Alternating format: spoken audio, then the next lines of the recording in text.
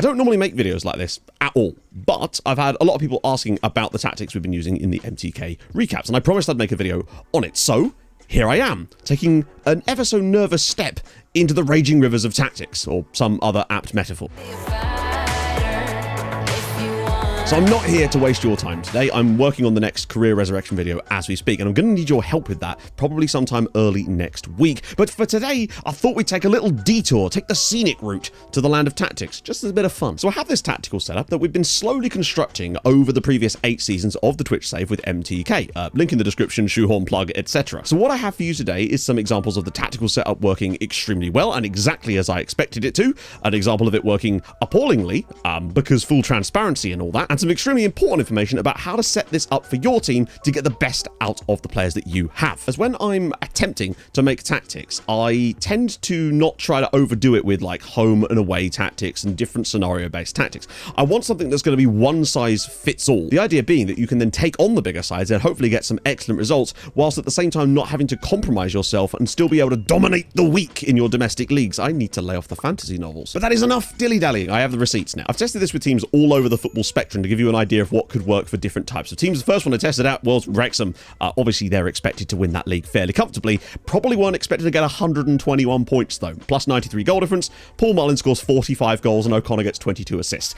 It's a pretty dominant season. They lost 1 match out of 46. I feel for Chesterfield getting 103 points and still finishing 18 points off the top. In addition, from a stats-based perspective, Paul Mullin actually got 63 goals in all competitions and had an XG of 48, which is just ridiculous. Next, we have Rangers. Now, of course, they're also one of the top sides in Scotland, but the domination seems to have very much gone back Celtic's way ever since Rangers' title win. But we did manage to win the title here, 97 points, beating them by a single point with a 36-point gap to back to third place Aberdeen. Morelos with 29 goals in the league. We also won both the Scottish Cup and the League Cup as well, so a treble there, and reached the round of 16 of the Europa League before being knocked out by Lazio. Next we have Braga, the sort of perennial 4th place side in Portugal, albeit in real life doing slightly better this year. Unfortunately, they didn't win the title with the team, as sadly they lost it on head-to-head against Porto, but they did have a better goal difference than them, scored 10 more goals, finished on the same number of points, and actually had 2 of the top 3 scorers in the league, with both Fatinha and Abdel Ruiz banging 21 goals each. They also reached the round of 16, where ironically were knocked out by Rangers, and won the Portuguese Cup in the same season. You can get the idea of what's going on here. Lots of goals,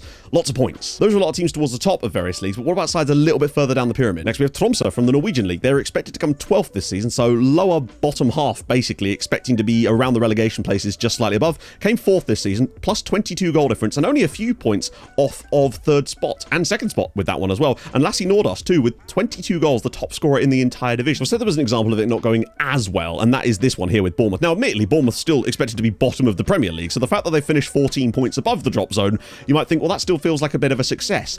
And it is. Also, Haaland with the 41 goals in the Premier League this season. As when you look in the data hub, they actually had the 8th best expected points in the entire league and possibly could have been a top half side. So what I'm saying is that sometimes it's maybe not going to work out. The point is it definitely can still work, and the underlying stats were still correct. It's just the result wasn't quite there. But I feel like transparency is important when it comes to things like tactics. 2 left, just to prove my point. So Peterborough Sports, newly promoted into National League North here, expected to come relatively close to the bottom of the table, honestly. 28 goal difference as well, 78 points on the board, qualified for the playoffs, and at one point actually did spend several match days at the very top of the league, if I recall. Last one, bit more of a bog standard one with FC Andorra, obviously expected to struggle in the 2nd tier of Spain, 53 points, comfortably clear of the relegation zone. But once again, if you look at the XG table here, they were actually 5th, so it's another one of these ones that's just slightly underperformed, particularly on the defensive side of things, with 14 more goals. Even a better goalkeeper could have really plugged that gap, and they could have been right in the playoff hunt. But of course, those have just been side saves to test some things out. The main save that I've been playing is with MTK Budapest. And I'd say the best example of this tactical style, being able to kind of mix it with the big boys as well as get the results that you need, is this Champions League run that we had. And bear in mind, this was in season 7.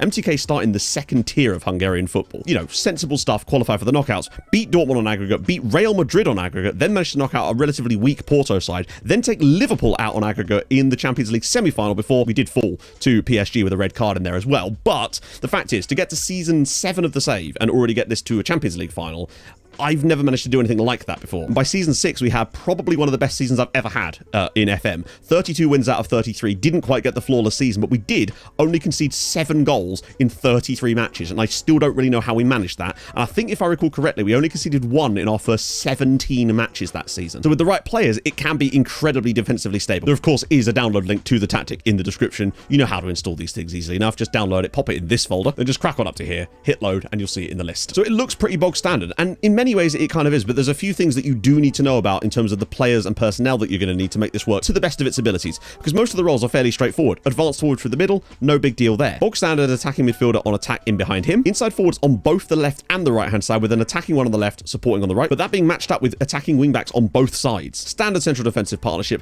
Could move over to ball playing defenders if you've got the players that can pass and got a bit of vision about them, but for the moment I'm happy with what they're doing. Goalkeeper on defend, just because I found sweeper keepers on this year's match engine are insanely trigger happy when it comes to rushing out and doing mad crap, and the less of that I can have, the better. This doesn't stop them doing that. They will still do that. Got a roaming playmaker, because I just love a roaming playmaker pair with an anchor this year. And the thing about the anchor role in this tactic for me especially, although I think anchors in general, is that if you find a centre-back that maybe isn't the tallest, but is still incredibly good defensively, then retraining them to play this anchor role is not the worst idea in the world. But that's all the relatively basic stuff. The instructions are pretty simple, really. Low crosses I find are just extremely useful because there's a lot of good cutbacks this year. Playing out of defence works really nicely to get those balls out wide. Working into the box allows us to keep that possession and wait for the proper chances. It's a very high-tempo tactic because I just really like high-tempo stuff. It does have dribble less on, and the reason I did this originally was because I noticed that players were dwelling on the ball a lot and losing possession with horrendous touches, especially with the way the match engine was originally.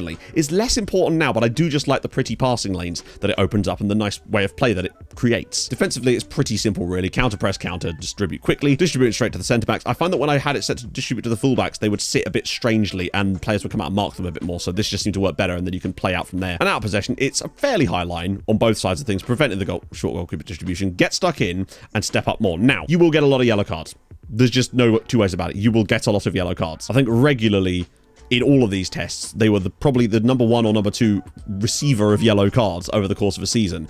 So a bit of squad depth might come in handy, but I feel like when you don't have that on, you're just nowhere near as competitive in matches, and I feel like it balances out being a net win. That being said, since the patch, I have noticed that referees are a lot more red card happy. Regardless of things like the aggression of players, it feels like they'll put in lunging stupid tackles, no matter whether you've got that turned on or not.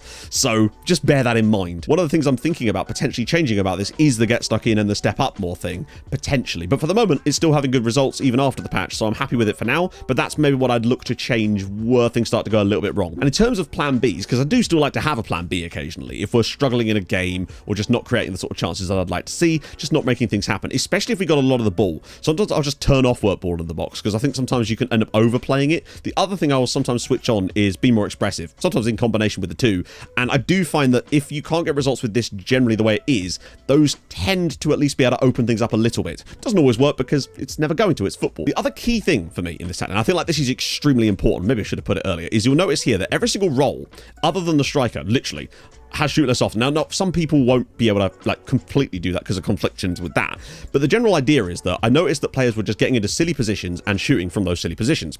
And the moment that we switched that on for every single role and just tried to funnel the ball towards the striker, we just went from winning 1-0 to, I think the first game was 15-0. It was a cup match, admittedly, but you get my point. The other really important factor for me is with the inside forwards, you really do need players that can play on both feet, at least reasonable on their weak foot. Anything below that, you might struggle a little bit. I'll explain for why. You'll see that Yakubu Yaboa here is, what a name, by the way, is fluent if you like, on both feet, as is our right-sided, technically, inside forward Brandon Silva. The reason for that is because we've been using swapping wingers ever since the start of the game, really, because it really does seem to work really, really well this year. I think it just confuses defenders a lot. So the idea being here, and if you don't know how to do this, you go on a player screen, you can actually set up roles, quite a lot of them, in fact, because you want to swap your defensive midfielders around, I guess. You can set up the roles to swap over, and I think they just do it when the ball goes out of play, essentially. But it does seem to confuse defenders, and if they're set to tight mark, it can sort of really throw them off. So we've been using that a lot, but what it does mean is that if you get a guy that's going to play on the left-hand side, he's going to occupy at least half the game on the right-hand side too. So having that option of being able to play on both feet is extremely useful for those wide players. So if you can find players like that, you'll find that they'll work better in this system. But that being said, FM23 does seem to be way more prevalent with players that are much stronger on both feet. So it kind of goes hand in hand. Generally speaking, any kind of advanced forward that kind of hits most of the boxes on the dribbling, finishing, first touch, a little bit of speed, some good composure, maybe a decent off the ball as well, will usually get the job done. Now, as for the set piece setup, which comes with this as well, mostly the attacking corners that you care about, we actually run two different routines that are built into it. They essentially have the exact same prerogative, which is get ball on tall man's head, he headed it in goal. But you're just going to want to make sure that you've got your highest jumping reach / best header of the ball as the one that's actually going to be on the end of it in both of these occasions. Doesn't matter whether it's in swinger or out swinger from what I can tell so far. This stuff's all built in anyway, but you'll want to go in here and arrange the players based on that, because obviously he's our best header, but you might be your left back's your best header. You never know. I say that because ours is 6'3" and is actually a monster in the air as well as being fast. But if you do try it, let me know how you get on with it. I expect to see a decent amount of goals scored and also conceded, but usually more in the for column, and that's the key thing. There will be a lot of yellow cards, but that's just part and parcel, isn't it, of playing an aggressive system. So yeah, if you've enjoyed, drop a like. If you're new to the channel, subscribe. Stream on Twitch, you know the drill, and I'll see you guys very, very soon. Happy tacticaling. Tacticaling? Tacticaling.